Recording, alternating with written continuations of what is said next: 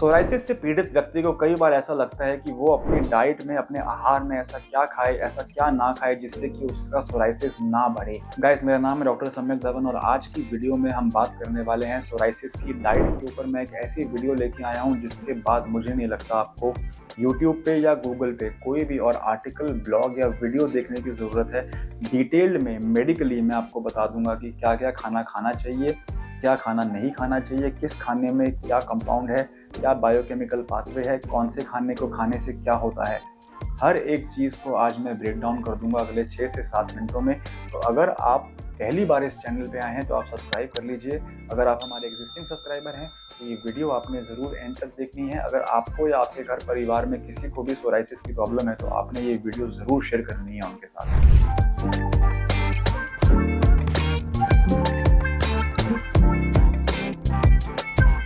चलिए शुरू करते हैं वीडियो को बिना टाइम वेस्ट किए। सबसे पहले जो चीज़ हमें डाइट में ऐड करनी चाहिए, nuts and seeds. Nuts and seeds का उदाहरण दे देता हूं मैं। नट्स यानी कि वॉलनट, कैशियो नट, पिस्ताचियो नट, अरीका नट, आलमंड, ये कुछ ऐसे नट्स हैं जो हमें अपने डाइट में इंक्लूड करने चाहिए। सीड्स का मतलब pumpkin seed, sunflower seed, chia seed, flax seed, ये कुछ ऐसे खाने के आइटम का मैंने उदाहरण दिया है जो इजीली आपको नियर बाय ग्रोसरी स्टोर से मिल जाएगा। कोई भी ऐसी बात नहीं बताऊंगा पॉपी सीड, किनोवा जो अमेरिका में मिलता है और इंडिया में नहीं मिलता, वो चीज़ को बात करने का कोई फ़ायदा नहीं है। मैं आपको बताऊंगा कि आखिर इन नट्स एंड सीड्स को आपको डाइट में क्यों इंक्लूड करना चाहिए, इनको खाने से क्या फ़ायदा होता है और क्यों वो आपके सोराइसिस में ज़रूरी है, ये मैं आप बताऊंगा आपको। सबसे पहले तो नट्स एंड सीड्स में गुड फैट ज़्यादा होता है, बैड फैट कम होता है। गुड फैट का मतलब है unsaturated fat, mono unsaturated fat, poly unsaturated fats. ये दो टाइप के फैट्स होते हैं जो अच्छे होते हैं। जो सैचुरेटेड फैट्स होते हैं वो हमें अवॉइड करने चाहिए और नट्स एंड सीड्स में एग्जैक्टली यही रेशियो होता है जो हमें चाहिए। इसमें गुड फैट्स ज़्यादा हैं, बैड फैट्स कम हैं। ये उन लोगों के लिए बहुत ही अच्छा सोर्स ऑफ प्रोटीन है जो कि वेजिटेरियन है। नट्स एंड सीड्स में अच्छा खासा प्रोटीन होता है। बहुत लोगों को ये नहीं पता होता है। सभी वेजिटेरियंस को ये लगता है कि दाल खा लेने से और पनीर खा लेने से उनका प्रोटीन का कंजम्पशन पूरा हो जाएगा, लेकिन नट्स एंड सीड्स में भी बहुत अच्छा डाइटरी प्रोटीन मिल सकता है। Fourth point, nuts and seeds आपके कोलेस्ट्रॉल को कम करते हैं। Fifth point, nuts and seeds में अधिक मात्रा में एंटीऑक्सीडेंट होते हैं। And lastly, nuts and seeds में मिलते हैं विटामिन एंड मिनरल।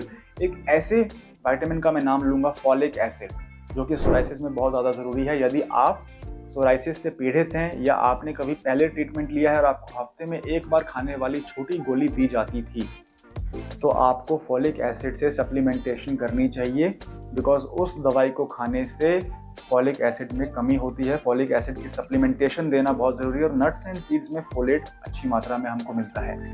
गाइस, अब मैं आपको बताऊंगा कि आखिर ये सारी जो मैंने मेडिकल बातें करी, इससे एक्चुअली प्रैक्टिकली हो क्या रहा है, वो बात करते हैं। तो जैसा कि मैंने आपको बताया कि नट्स एंड सीड्स आपके कोलेस्ट्रॉल को कम कर रहे हैं, आपके लिपिड प्रोफाइल को मेंटेन कर रहे हैं। इन दोनों चीज़ों के कम होने की वजह से ब्लड वेसल्स के अंदर कोलेस्ट्रॉल का प्लाक नहीं बनता। कोलेस्ट्रॉल का प्लाक नहीं बनेगा, इसका मतलब कि हार्ट की डिजीज़ नहीं होगी, एंजाइना नहीं होगा, स्ट्रोक नहीं होगा। मैंने आपको बताया कि इससे एंटीऑक्सीडेंट प्रॉपर्टीज़ हैं। क्यों रेलेवेंट है वो सोराइसिस में? हमारे शरीर में सोराइसिस जब होता है तो इन्फ्लेमेशन होती है, ऑक्सीडेटिव स्ट्रेस होता है, उसको कम करना है, उसको न्यूट्रलाइज करना है। तो एंटीऑक्सीडेंट इफेक्ट भी हमारे लिए वैल्यूएबल हो गया इसका। थर्ड, ये कॉन्स्टिपेशन कंट्रोल करता है। सोराइसिस के बहुत सारे पेशेंट्स को कॉन्स्टिपेशन मिलती है, तो इसमें जो हाई अमाउंट ऑफ फाइबर हमको मिल रहा है वो हमारे कॉन्स्टिपेशन को ठीक करता है। लास्टली, मैंने आपको बताया कि नट्स एंड सीड्स हमारे ब्लड शुगर लेवल को भी रेगुलेट करके रखता है। इसका मतलब कि डायबिटीज़ होने की संभावना भी कम है। ये सारी की सारी चीज़ें डायरेक्टली कोरिलेटेड हैं हमारे सोराइसिस के फ्लेयर अप से। अगर हमारा शुगर कंट्रोल है, हमारा कोलेस्ट्रॉल कंट्रोल है, हमारा लिपिड कंट्रोल है, हमारा ब्लड प्रेशर कंट्रोल है, तो हमारे सोराइसिस के फ्लेयर अप अपने आप ही नहीं आएंगे। अगला जो खाने का आइटम है वो है होल ग्रेन। होल ग्रेन का क्या क्या एग्जाम्पल देते हैं? जवार, बाजरा, रागी, इसे हम कहते हैं millets.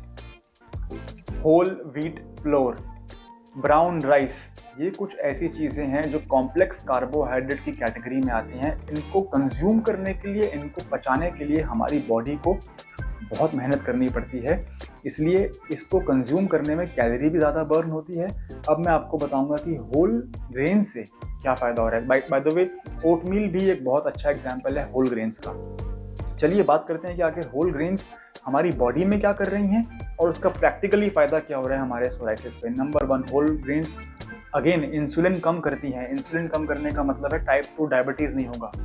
Whole grain lipids and cholesterol कम कर रही हैं। अगेन हार्ट अटैक नहीं आएगा, हार्ट की डिजीजेस नहीं होंगी, स्ट्रोक नहीं होगा, कोई भी ब्लड वेसल वाली प्रॉब्लम हमको नहीं होगी अगर हमारा कोलेस्ट्रॉल और लिपिड कंट्रोल में है।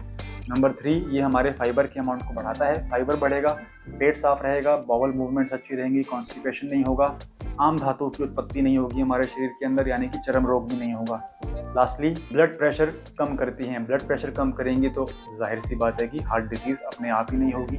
ये चारों चीज़ें जब रेगुलेट हो जाएंगी तो सोराइसिस का फ्लेयर अप भी नहीं आएगा। तो गाइज, मैं आपको इस वीडियो में जो इन्फॉर्मेशन दे रहा हूँ, मैं आपको मेडिकली भी समझा रहा हूँ और मैं उसका प्रैक्टिकली क्या कोरिलेशन है सोराइसिस के फ्लेयर अप से, वो दोनों चीज़ों को बांध के मैं आपको बता रहा हूँ। तो अगर आपको कुछ नया सीखने को मिल रहा है, कुछ नई इन्फॉर्मेशन मिल रही है, तो प्लीज़ आप कमेंट करें और मुझे बताएं कि आपको क्या नया सीखने को मिला।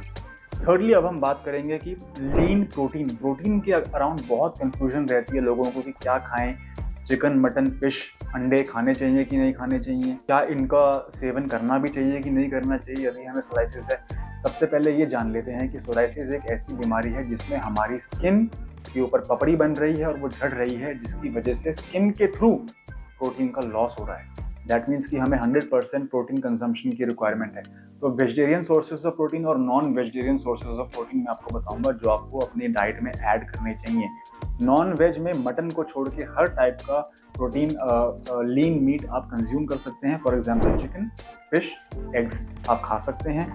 एक अंडे में 6 ग्राम प्रोटीन होता है। यदि आपका कोलेस्ट्रॉल बढ़ा हुआ आया है ब्लड टेस्ट रिपोर्ट में तो एग वाइट खाइए, येलो को आप फेंक दीजिए या उसको किसी और तरीके से अपने खाने में इस्तेमाल कर लीजिए। घर परिवार में खुद आप उसको अवॉइड कीजिए।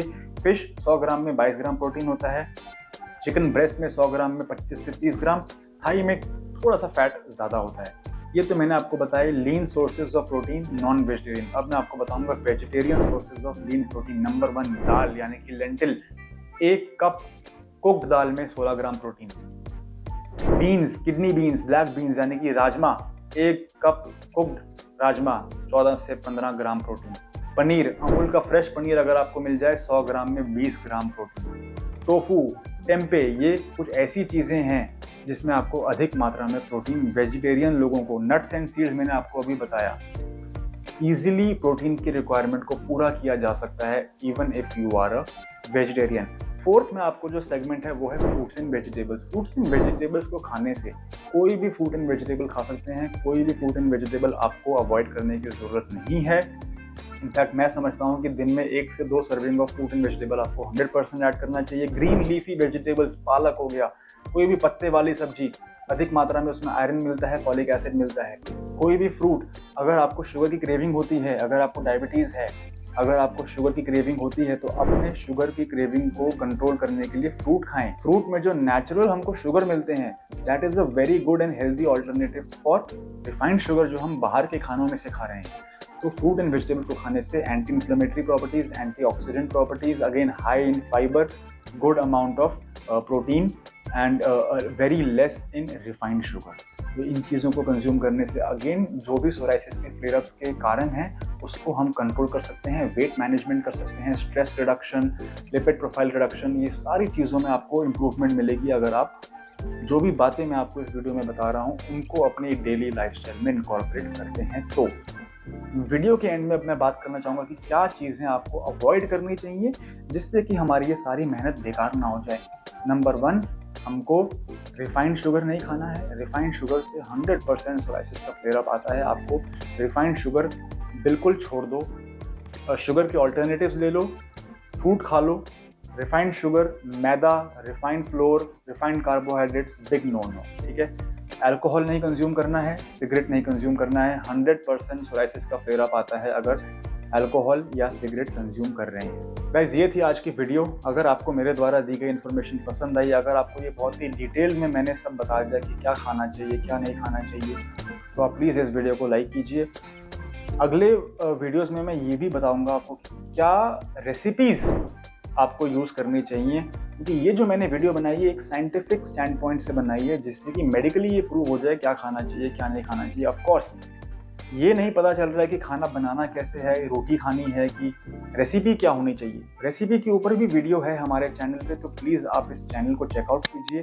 मैं फर्स्ट कमेंट में डाइट की एक और वीडियो ऐड करूंगा जिसमें हमने ये बताया था कि ब्रेकफास्ट में क्या खाना है, लंच में क्या खाना है, डिनर में क्या खाना है, ताकि प्रैक्टिकली आपकी प्रॉब्लम सॉल्व हो। मैं जाते जाते मैं टिप देना चाहूँगा कि रात को सोते समय गर्म दूध में 3 ग्राम हल्दी डाल के पी लेने से शरीर की इन्फ्लेमेशन कम होती है। सोराइसिस के सभी लोगों को, सभी पेशेंट्स को हल्दी कंज्यूम करने से काफ़ी रिलीफ मिलता है उनके पैचेस में और उनके फ्लेयरअप्स में।